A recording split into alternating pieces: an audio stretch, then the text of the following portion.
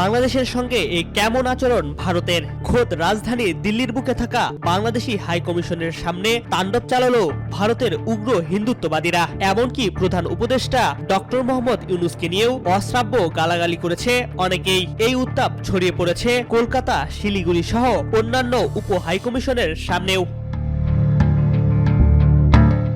২৪-এর ৫ August পট পরিবর্তনের পর থেকেই বাংলাদেশ ভারত সম্পর্কে বইছে শীতল হাওয়া। এবার যেন পরিস্থিতি মারাত্মক বাজে আকার ধারণ করলো, ছাড়িয়ে গেল সমস্ত মাত্রা। ময়মনসিংহে পোশাক শ্রমিক দীপুচন্দ্র দাস হত্যার প্রতিবাদে নয়াদিল্লিতে বাংলাদেশ হাই কমিশনের সামনে বিক্ষোভ করেছে উগ্রবাদী বিশ্ব হিন্দু পরিষদ সহ বেশ কয়েকটি সংগঠন। এ সময় ব্যারিকেড ভেঙে সংঘর্ষে জড়িয়ে পড়েন তারা। দূতাবাসের সামনে বেশ কয়েকজন বিক্ষোভকারীকে ব্যানার ও প্ল্যাকার্ড হাতে বাংলাদেশ বিরোধী নানা স্লোগান দিতে দেখা গেছে।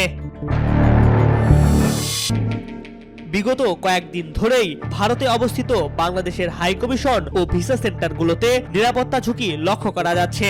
উস্কানিমূলক নানা স্লোগানে তারা বাংলাদেশিদের ভারত ত্যাগ করতে বলছে। এছাড়া রোববার শিলিগুড়িতে বাংলাদেশের ভিসা সেন্টারে হামলা চালিয়ে ভাঙচুর করা হয়। গত শনিবারের পর মঙ্গলবারও দিল্লির হাইকমিশনে এ ধরনের আক্রমণের চেষ্টা করা হলো। এতে করে বাংলাদেশি হাইকমিশনার রয়েছে বেশ উৎকণ্ঠায়। তাকে হত্যার হুমকি পর্যন্ত দেওয়া হয়েছে। বিষয়টি নিয়ে বাংলাদেশ ও ভারতের কূটনৈতিক মহলেও টানাপোড়েন শুরু হয়েছে। ভারতের পররাষ্ট্র মন্ত্রণালয়ের মুখপাত্র রণধীর জয়সওয়াল বিবৃতি প্রদান করেছেন। প্রতিক্রিয়ায় ভারতের বক্তব্য দ্ব্যর্থহীনভাবে প্রত্যাখ্যান করেছে বাংলাদেশ।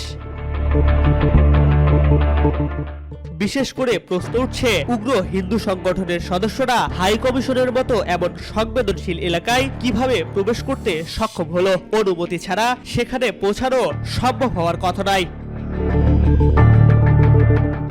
এদিকে বাংলাদেশের যুবক দীপু হত্যাকাণ্ডটি কোনো সাম্প্রদায়িক হত্যাকাণ্ড নয়। সরকার এটার নিন্দা জানিয়ে তাৎক্ষণিক ব্যবস্থা নিয়েছেন এবং অনেক আসামিকে গ্রেফতারও করা হয়েছে। কিন্তু ভারতের মাটিতে বাংলাদেশি সন্দেহে এক হিন্দু যুবককে পিটিয়ে হত্যা করা হয়েছে, সে ব্যাপারে উগ্র হিন্দু গোষ্ঠীগুলো একেবারেই নীরব রয়েছে। MR আকাশ, আজকাল।